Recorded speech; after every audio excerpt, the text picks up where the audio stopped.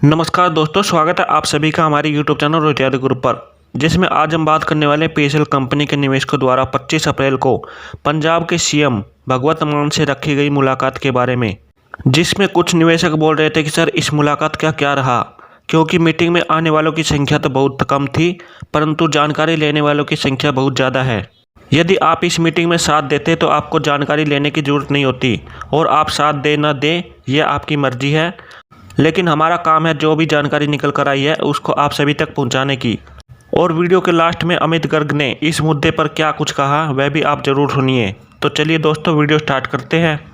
Pulse company के निवेशकों के हक की आवाज़ उठा रहे फिरोजाबाद जिले के अमित गर्ग ने एक बार फिर इस मुद्दे के लिए पंजाब राज्य के मुख्यमंत्री भगवंत मान के आवास पर अपने टीम के साथ मुलाकात की। भगवंत मान ने दिल्ली होने के कारण उनके निजी सचिव दलजीत सिंह ने समय दिया एवं विस्तार से चिटफंड के मुद्दे की समस्या को समझा और भरोसा दिलाया कि आम आदमी पार्टी इस पर कार्य कर रही है। राष्ट्रीय संयुक्त पीड़ित निवेशक मोर्चा के प्रतिनिधिमंडल द्वारा मांग पत्र दिया गया। सैकड़ों की संख्या में पीड़ित निवेशक चंडीगढ़ मटका चौक पर उपस्थित हुए, जहां पुलिस बल द्वारा उन्हें रोका गया एवं अपनी निगरानी में मुख्यमंत्री आवास पर ले जाया गया।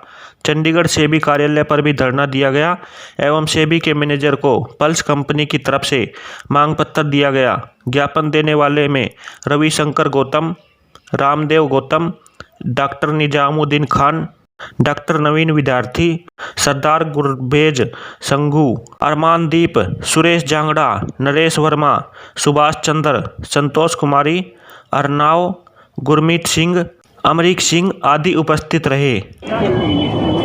भारत माता की जय। भारत माता की जय। इंकलाब जिंदाबाद। इंकलाब जिंदाबाद।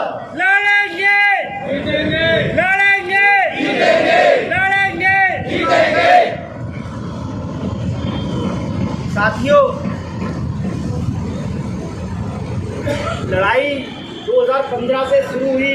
बहुत बड़ी सेना हुआ करती थी, बहुत वीर योद्धा हुआ करते थे। महाभारत के योद्धाओं की तरह द्रोणाचार्य, भीष्म पितामह, न जाने कितने नाम। और कुरुक्षेत्र के मैदान में लड़ते लड़ते लड़ते केवल आज जो मैं देख रहा हूँ वो कुछ ही चंद मुट्ठी भर लोग रह गए। दुख होता है, अफसोस भी होता है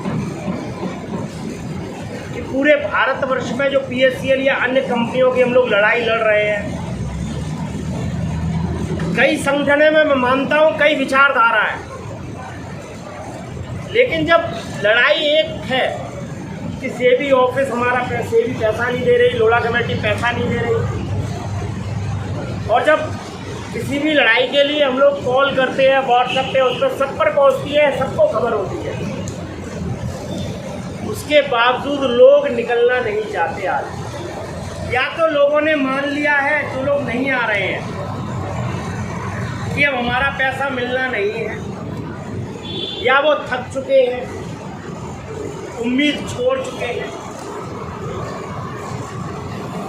या कहीं ना कहीं व्यक्तियों की कुछ व्यक्तिगत महत्वाकांक्षा है, क्योंकि जो वाकई में लड़ना चाहता है वो ये नहीं देखता कि क्या संगठन है, मेरा क्या नाम है, मेरा क्या पद है, क्या। ये लड़ाई हम सबकी है। लोग कहते हैं कि मुझे फ़ोन नहीं किया गया, मुझे फ़ोन करे तो मैं जाऊंगा, और मैं हमेशा एक ही बात कहता हूँ कि जिस दिन मेरे लड़के की बारात होगी उस दिन मैं ज़रूर फ़ोन करूँगा, घर पर भी आऊँगा निमंत्रण पत्र देने, लेकिन इस लड़ाई में मैं किसी को फ़ोन करके नहीं बुलाऊँगा। अगर कोई तारीख रखी गई है, चाहे मुझे अकेला जाना पड़े, मैं जाऊंगा, क्योंकि ये मेरे मान सम्मान की लड़ाई है। जो मैंने वादा अपने निवेशकों से किया था उसके लिए मैं लड़ रहा हूँ, किसी और के लिए नहीं लड़ रहा। ये बारात नहीं है जो मुझे लेके चलनी है, ये लड़ाई है हम सबकी। पंजाब में बहुत वीर महान योद्धा हैं जो बड़ी बड़ी बातें करते हैं, बड़े बड़े क्रांतिकारी काम भी किए हैं, लेकिन जब वाकई में एक होने की विचारधारी बात आती है तो नदारत दिखाई देती है। तो ये मुझे लगता है कि गलत है। क्योंकि लड़ाई हम सब की है। हमने 25 अप्रैल का यहाँ पर कार्यक्रम क्यों बनाया? हम भी जानते हैं हम सरकारी संस्था से नहीं लड़ सकते, हमें कोई यहाँ तोड़फोड़ नहीं करनी। लखनऊ में, मैं उत्तर प्रदेश से हूँ, लखनऊ में न जाने कितनी बार हमने सेबी ऑफिस में धरना दिया है, जयपुर में धरना दिया है, दिल्ली में धरना दिया है, उत्तराखंड के देहरादून के ऑफिस में धरना दिया है, मुंबई सेबी के मुख्य कार्यालय में धरना, केवल इसलिए कि हम इन्हें चैन से जीने नहीं देंगे जब तक हमारा हक मिल नहीं जाएगा। केवल इसलिए इनकी रातों की नींद उड़ा रखेंगे जब तक एक एक निवेशक का पैसा हम ले नहीं लेंगे।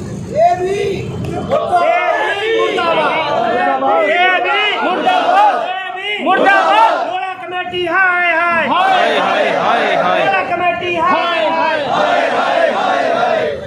दूसरा उद्देश्य हमारा पंजाब में, जैसा कि हमने कहा कि मुख्यमंत्री श्री मान जी से मिलना था, उसका कारण ये था कि जिस प्रकार से पिछले 12 सालों में राजनीति में एक परिवर्तन देखने को मिला है, जहां लोग एक और धर्म में राजनीति कर रहे हैं, भाई को भाई से लड़ाने की राजनीति में विश्वास रख रहे हैं, वहीं आम आदमी पार्टी शिक्षा की बात कर रही है, अस्पतालों की बात कर रही है और गरीबों के मुद्दों की बात कर रही है। जब मुख्यमंत्री मान जी सांसद थे संगरूर से, तो उन्होंने हमारी सबसे पहले मांग उठाई कि निर्मल सिंह भंगू को जेल में डाल के क्या करोगे, इनकी जमीनें बेचकर पैसा क्यों नहीं दे रहे। और सिर्फ वो इकलौते सांसद थे, इनके हाथ में केवल सांसद से ज़्यादा कुछ नहीं था, क्योंकि पंजाब में कांग्रेस की सरकार थी और इस कंपनी का मालिक PSCL का निर्मल सिंह भंगू लगातार कांग्रेस को ही सपोर्ट करता था।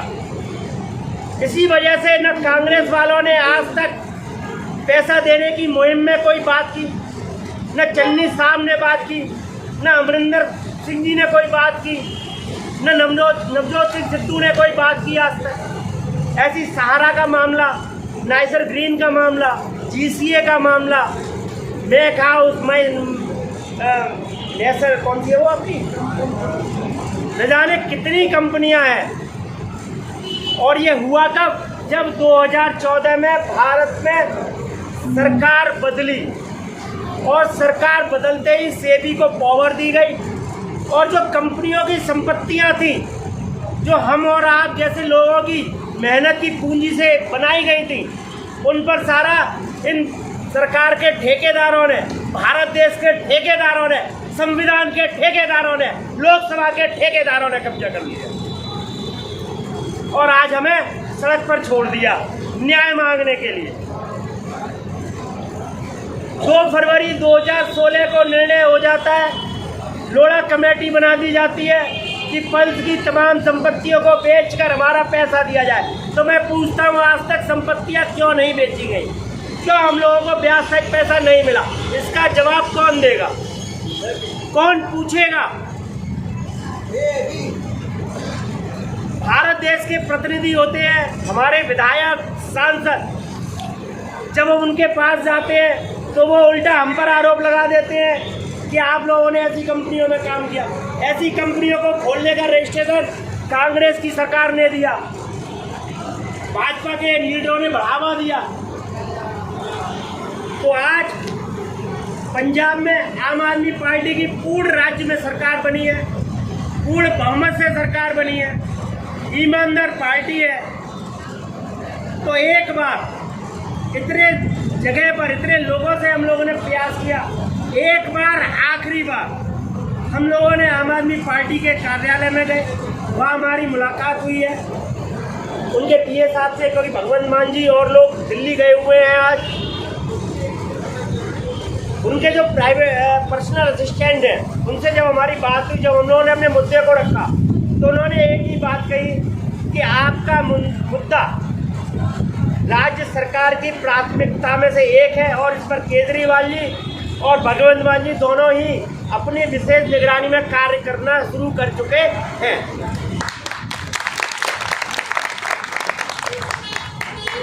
आप हमें थोड़ा सा वक्त दीजिए, आपके सामने बहुत जल्द रिजल्ट आ जाएगा, क्योंकि अभी हम सरकार में आए हैं, धीरे धीरे सारी चीज़ों को देख रहे हैं, लेकिन आपका मुद्दा प्राथमिक पे है, सीरियस है, गंभीर है और हम सब जानते हैं कि इसमें क्या करना है, कैसे करना है, कैसे आप लोगों को हक दिलाना है।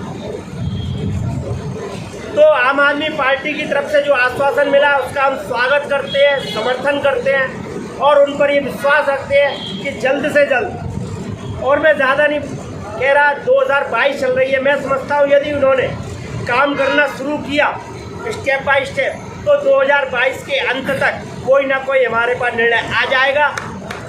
चूँकि 2024 में फिर से लोकसभा चुनाव होने हैं, देश फिर से एक बार राजनीति हलचल में जाएगा और इस बार सभी पार्टियों को लोकसभा में फिर से मैदान में उतरना है और सभी को अपने अपने सांसदों को जिताना है।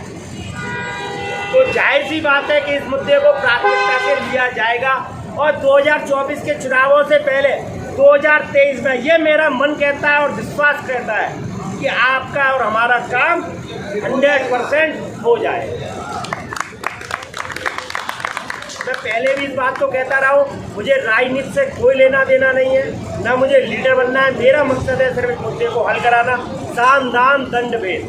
मुझे ना कोई विधायक बनना, ना सांसद बनना, लेकिन जहाँ से हमारी मांग हो सकती है पूरी, जिस दरवाजे से हो सकती है, मैं उस दरवाजे पर जाने से गुरेज नहीं करता। मेरे साथ बड़े भाई सरदार गुरबे से संधू जी गए थे, रविशंकर गौतम जी, रामदेव गौतम जी, हनुमानदीप से गोल्डी भाई गए थे। हम लोग 5 लोग अंदर गए थे। वहाँ हमारी 1 घंटे विस्तार से वार्ता चली और एक एक मुद्दे पर पहलुओं पर बात हुई है।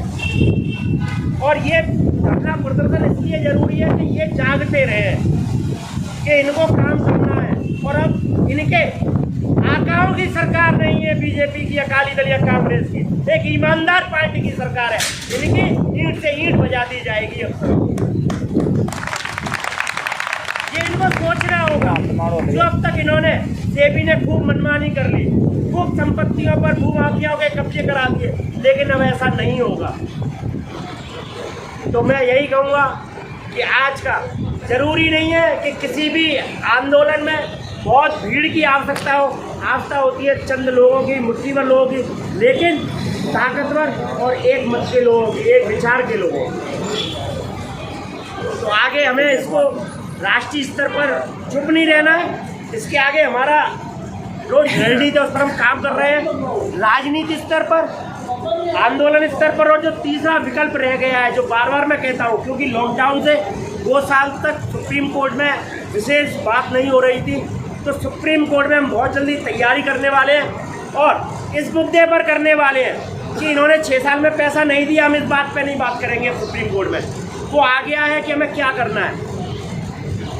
जो इन्होंने 2016 के बाद से 2017-19 में 2,500 से लेकर आवेदन मांगे और जो पेमेंट किया उसमें कितने लोगों का भुगतान ये इन्होंने नहीं किया। 2,500 रुपये से 10,000 तक उनके हम डॉक्यूमेंट्स मंगाएंगे, फोटोकॉपी ईमेल के द्वारा, जैसे उनके ब्याह पर बात करेंगे अब सेबी से सुप्रीम कोर्ट में अपने वकील के द्वारा कि ये कहते हैं हम पैसा दे देंगे, 15,000 के लिए मैसेज भेज रहे हैं, अपने ओरिजिनल डॉक्यूमेंट भेजिए, और ये 10,000 तक का भुगतान कर नहीं पाए। इसका जवाब तो ये देखे इतना भुगतान इन्होंने नहीं किया। तो उसके लिए हम लोग आगे मुहिम चलाने वाले हैं। तो बस यही कहूँगा, इस लड़ाई को हम लोगों को जितने भी लोग हैं दिल से लड़ना है। हमें किसी से गुरेज नहीं है, जो भी लड़ रहा है सबके अपने विचार है, लेकिन बस तो किसी बात का है कि हम लड़ाई में एक नहीं हो पा रहे। मैं अपनी बात को यही विश्राम देता हूँ। अगर आपको कोई मेरी बात अच्छी लगे तो उसके लिए क्षमा चाहता हूँ। जय हिंद।